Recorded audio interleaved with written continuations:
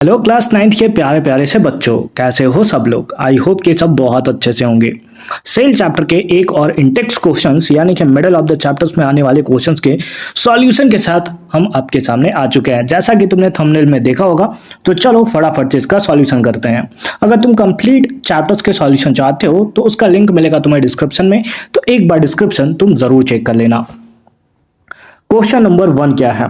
How do substances like CO2 जो कि एक गैस है और वाटर जो एज अ सॉल्वेंट वर्क करता है moves in and out of the cell, यानी कि ये कैसे सेल में इन करता है और कैसे आउट करता है, इसी के बारे में तुम्हें बताना है।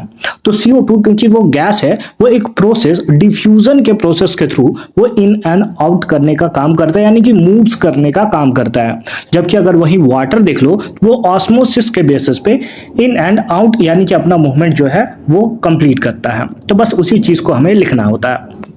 जैसे CO2 carbon dioxide moves in and out of the cell by the process of diffusion. अब डिफ्यूजन में क्या होता है? तो डिफ्यूजन एक ऐसा प्रोसेस होता है जिसमें मॉलिक्यूल्स का मूवमेंट हायर कॉन्सेंट्रेशन से लोअर कॉन्सेंट्रेशन होता है थ्रू द प्लाज्मा मेम्ब्रेन्स। किसके थ्रू? तो प्लाज्मा मेम्ब्रेन्स के थ्रू। अगर वहीं वाटर्स के बारे में बात करें तो वाटर मूव्स इन और आउट करता है एक प्रोसेस के थ्रू जिसका नाम है ऑस्मोसिस। और ऑस्मोसिस को आप दो तरीके से डिफाइन कर सकते हो।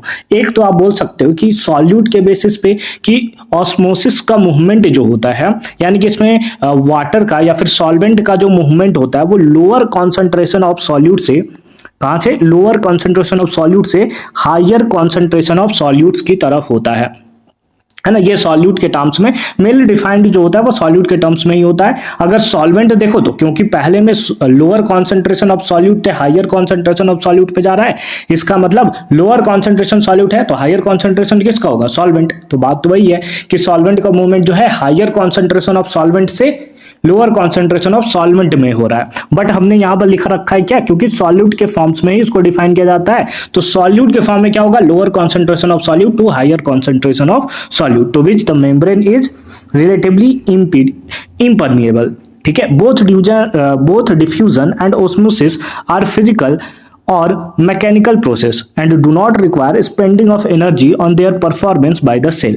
यानी कि दोनों के दोनों क्या होते हैं? एक मैकेनिकल प्रोसेस है और कोई भी एनर्जी जो है वो रिक्वायर्ड नहीं होता सेल के परफॉर्मेंस के लिए। ठीक है, तो ये सारा का सारा पार्ट हो गया। आ जाओ सेकंड पार्ट में चलते हैं।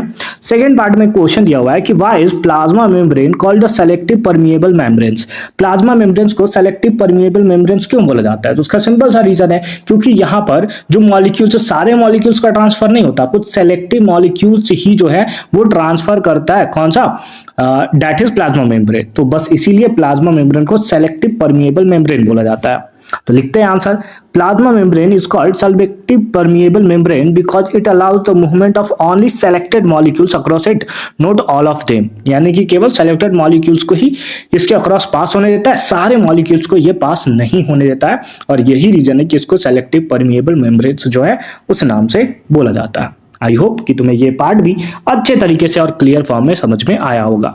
मिलते हैं अगली वीडियो में एक और इंटेक्स क्वेश्चंस के सॉल्यूशन के साथ। कंप्लीट लिस्ट का लिंक मिलेगा तुम्हें डिस्क्रिप्शन में, तो एक बार डिस्क्रिप्शन तुम जरूर चेक कर लोगे।